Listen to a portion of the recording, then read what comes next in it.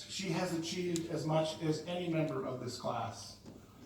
Maddie McCarthy, as you drive through those pillars later this afternoon for the first time as an alumna of Northwood School, know that your determination and deep and unyielding commitment to excellence has inspired us and caused us to raise our standards. And know that you have personally inspired me by your example, by your willingness to explore difficult questions, and by your courage.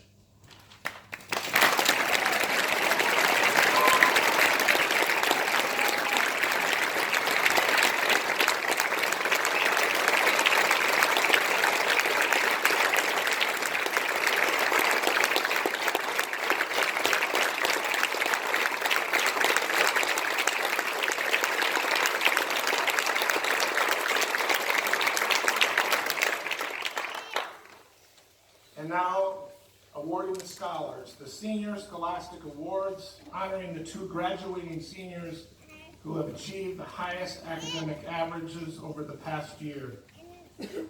Our second highest ranking scholar, an exceptional student by any standard, is Kylie Cruz.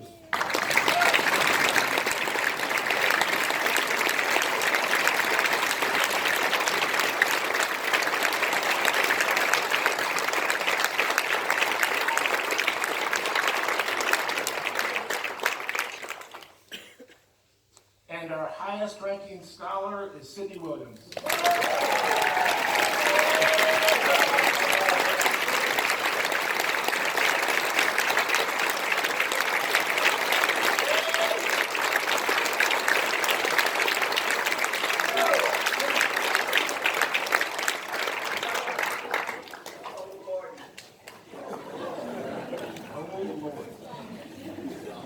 And now the School Seal Prize. The School Seal is the visual representation of what we are and what we stand for.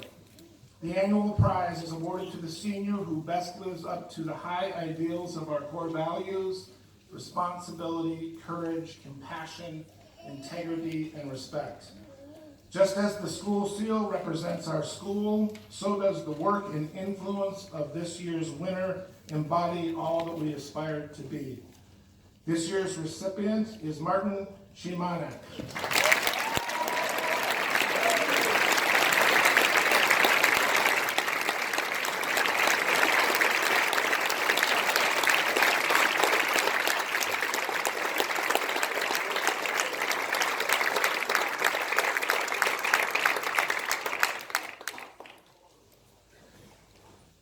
And now, the Northwood Award. This plaque is awarded to the senior who has shown, through influence, character, and service, to be the outstanding citizen of the school community, embodying our highest ideals and offering a consistent willingness to work for the betterment of his or her classmates at the school. This is Northwood's highest award, and the recipient is Sarah Donatello.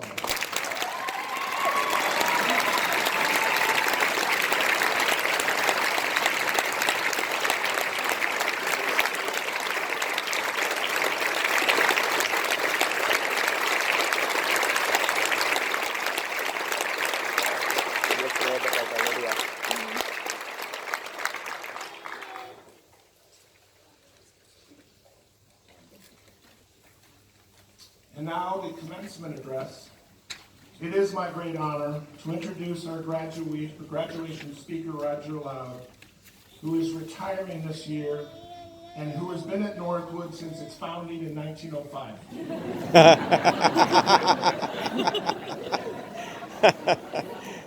Roger began his education at the Dalton School in New York City before going to prep school at Phillips Exeter.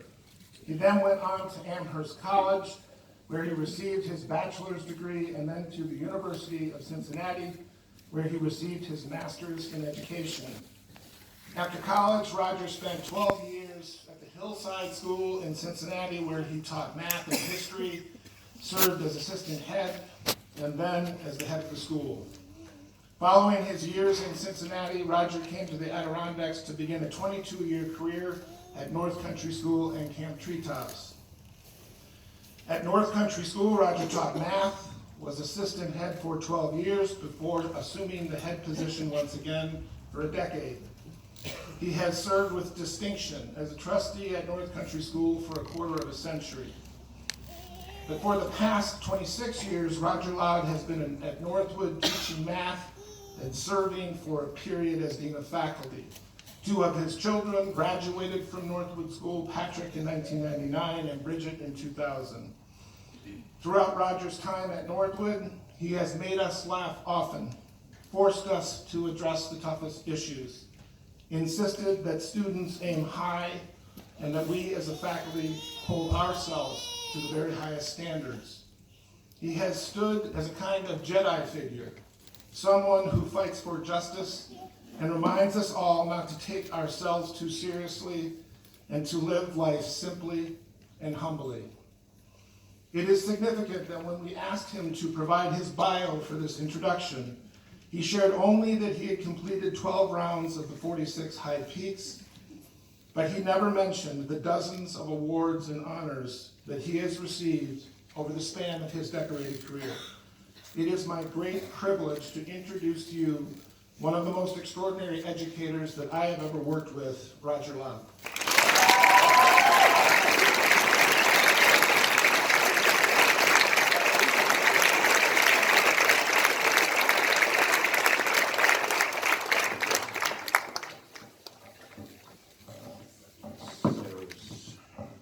Booster seat here. Thank you, sir. I'm especially grateful that at no time did I hear the word fossil.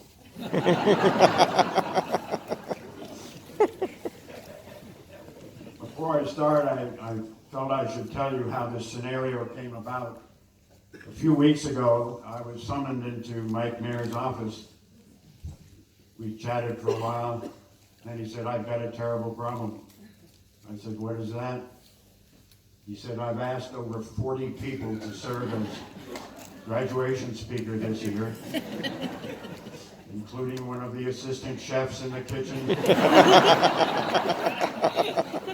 and that nice fellow who drives the FedEx truck.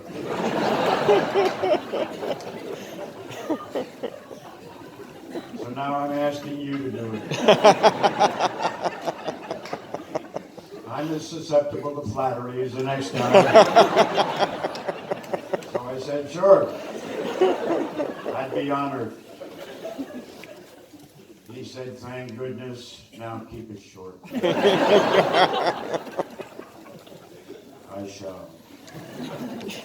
The spotlight is on the class of 2018, this group of young men and women patiently waiting to get out to ring the bell, become Northwood alums, head off to the next chapters and challenges in their lives. With just a quick look at them, you can tell they're all good looking, they're all athletic, they're all hardworking, and by some accounts, they're all quite intelligent. Their time at Northwood has been spent largely inside an appropriately constructed bubble of safety and support, with room to grow, room to fail, good diet, plenty of exercise, and a competent and caring faculty. Indeed, it's sometimes difficult to tell the difference between our being a small school and being a large family. For instance, if Patrick scores a hat trick, we all rejoice. If Owie gets an owie, the nurse will quickly fix it for her. If Moe sprains her toe, a trainer is close by to bring relief. Or if Kylie isn't smiley, she has a whole boatload of friends and a sympathetic faculty to turn things around. In the next few years, that bubble will grow bigger and more porous, and before we know it, they'll be out on their own. I've heard a good number of graduation speakers, and almost all of them have offered some advice to the graduates. Giving advice to teenagers. I'm sure many of you in the audience have tried it. I find that giving advice to teenagers is like giving advice to bobblehead dolls. Most of those dolls don't have ears, and the ones that do don't work, so you know they're not listening. But that head's going up and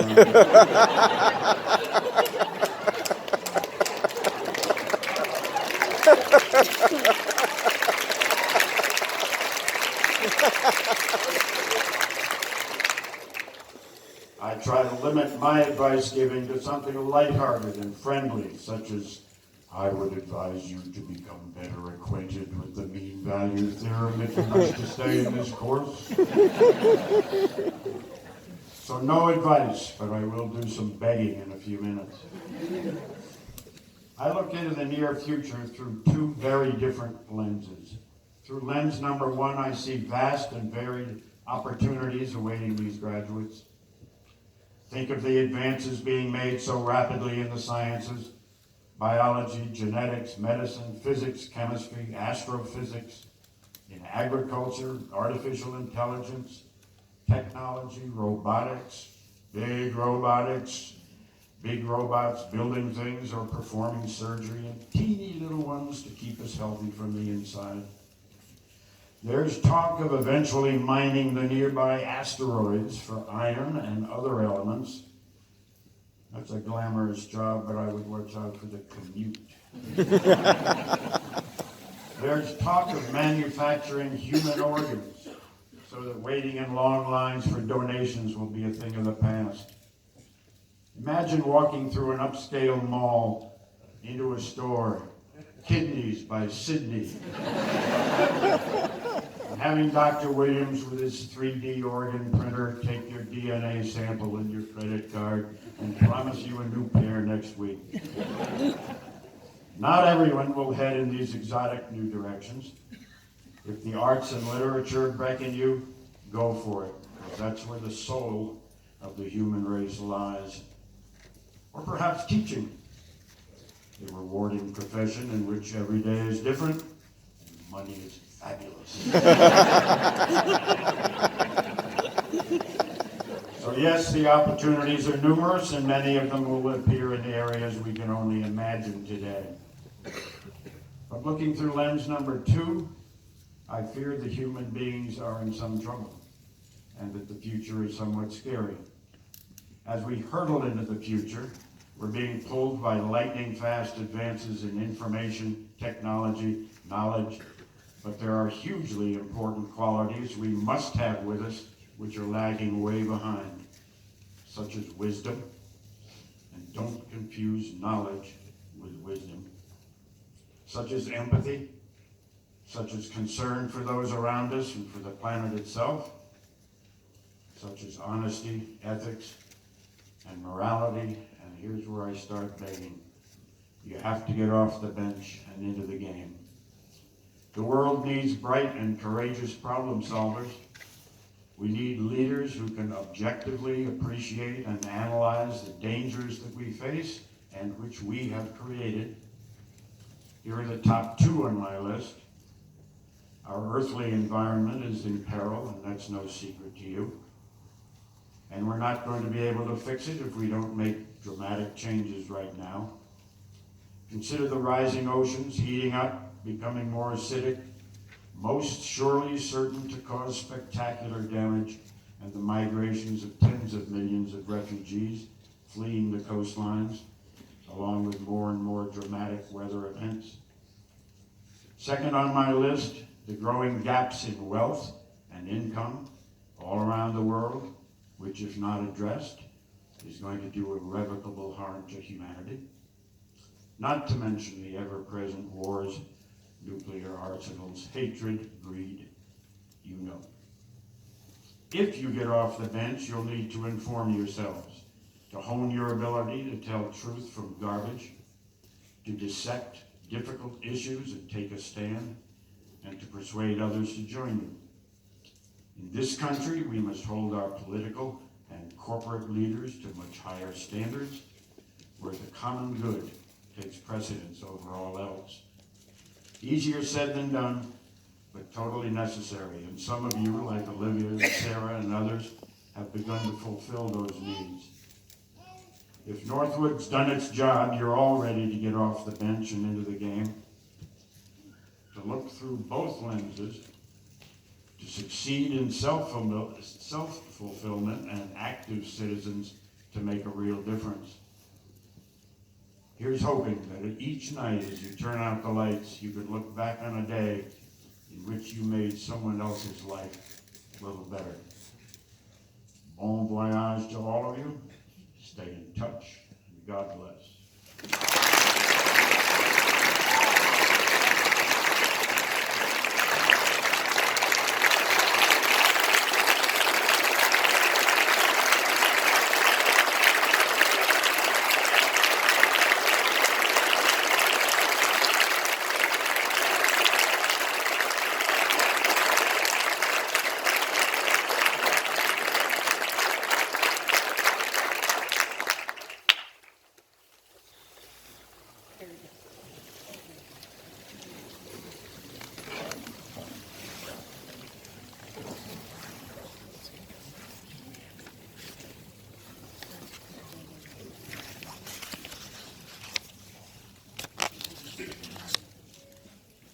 Mayor did mention that I've been here for all of the previous 110 commencements. We're about to see a phenomenon that has never occurred before in my judgment and memory.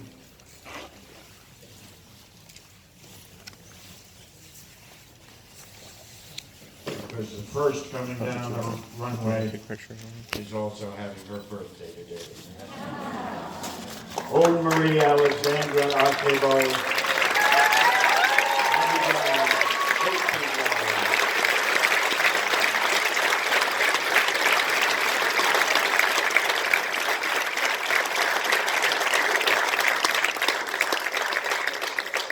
Sierra Nicole Barr Benjamin, Palm Coast, Florida.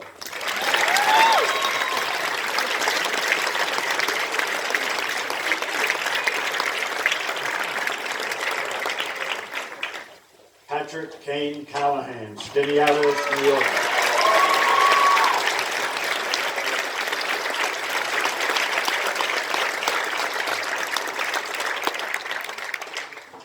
Yifan Chen, Nanyang, China.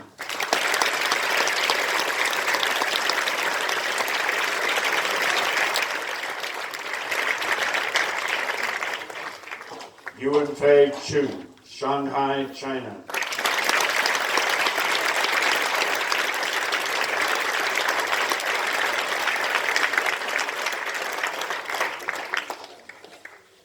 Samantha Amy Cornelius Coburg, Victoria, Australia.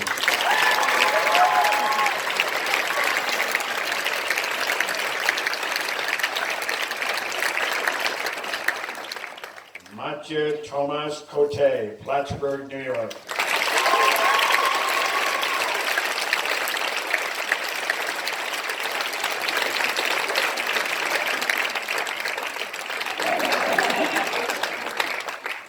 Ashley Nicole Davis, Winterville, North Carolina.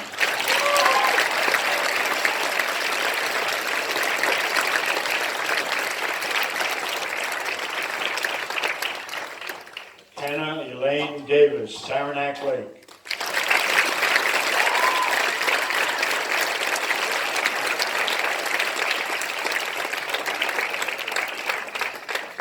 Samuel Joseph DiBattero, Hilton, New York.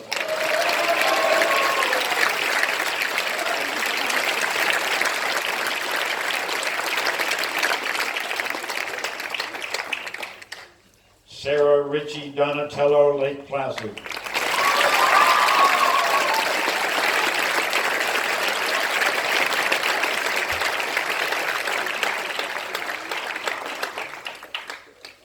Kendall Mia Dubin, Dix Hills, New York.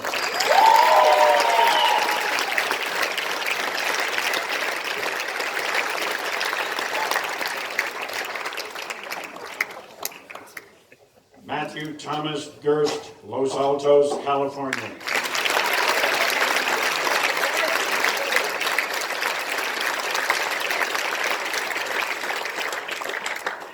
Santeri Hartikainen, Helsinki, Finland.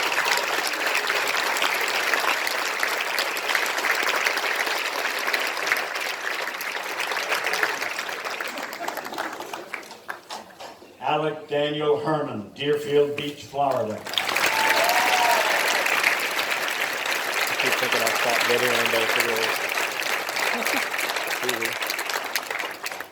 Lingley Jin, Shanghai, China.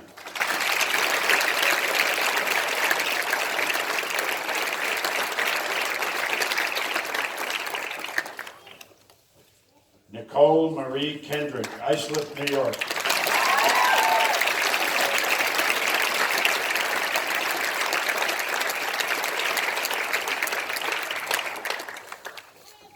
Hannah Marie Kessel, Brownsburg, Indiana.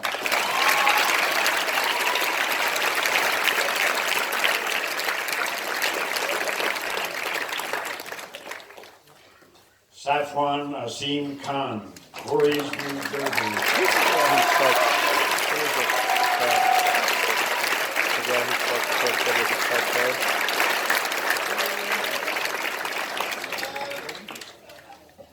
Kylie Draper Cruz, Lake Placid.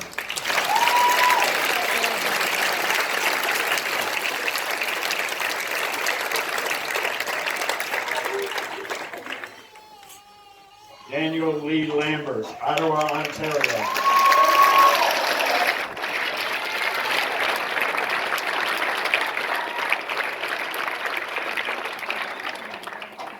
Jan Magnus Maulen Larsen, Stavanger, Norway.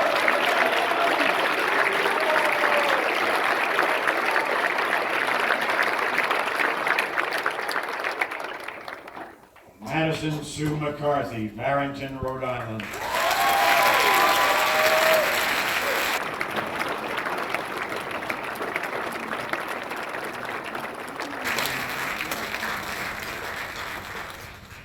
Shane McGrath, Beaconsfield, Quebec.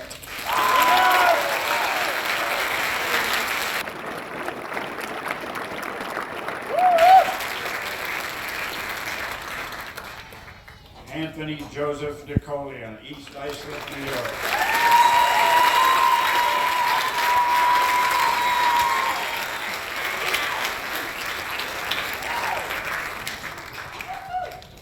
Jack David Pensa, Huntington, New York.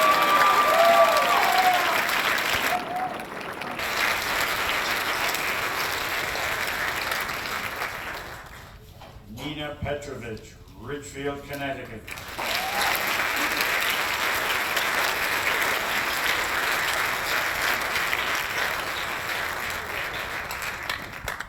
Cameron James Plord, Normal, Illinois.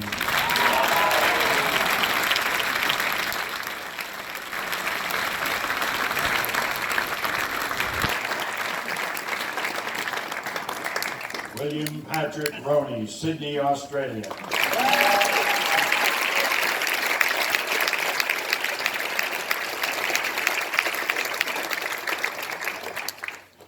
Hannah Elizabeth Rose, Chameau, New York. Can you imagine doing this for a school with 800 kids?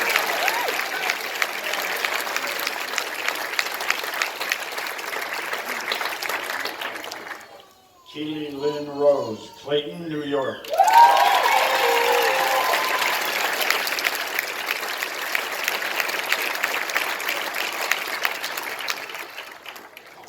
Martin Shimanek, Prague, Czech Republic.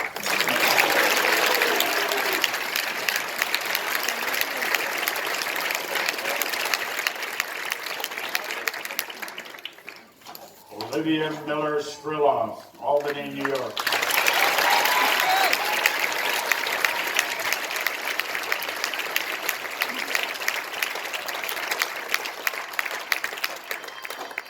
Eugene Song, Shanghai, China.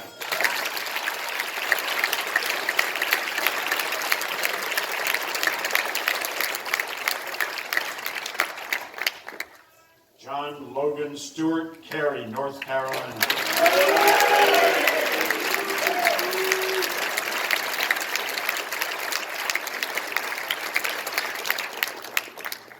Aoi Sugimoto, Tokyo, Japan.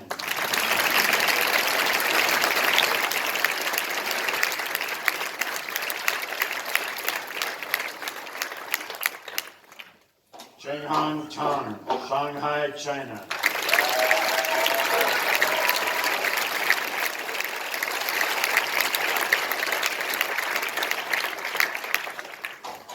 Moe Sukimoto, Sapporo, Japan.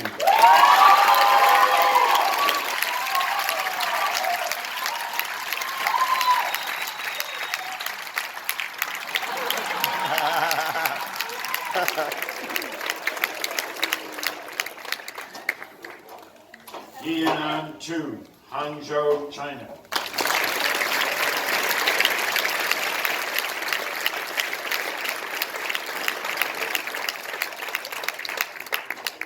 Homer Vinitsky, Caesarea, Israel.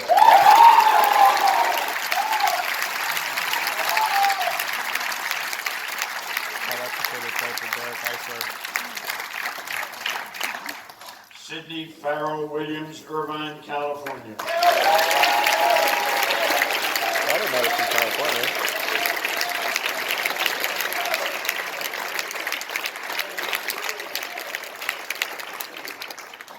Ruyang Xiao, Beijing, China.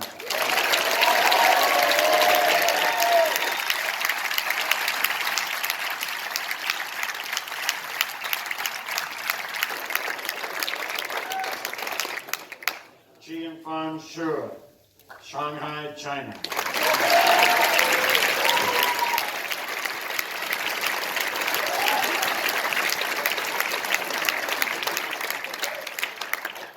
Jiachi Zhang, Beijing, China.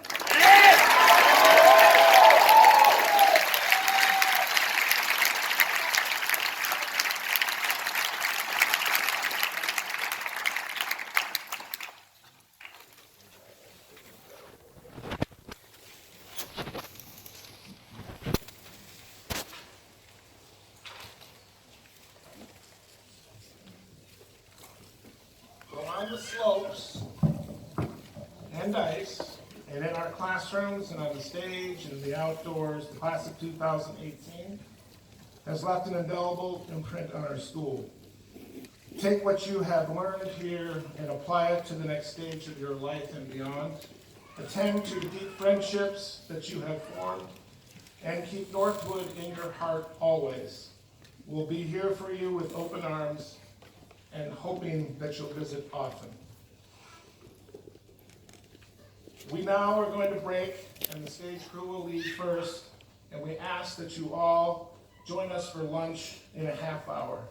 Please remain standing while the exit takes place. Thank you.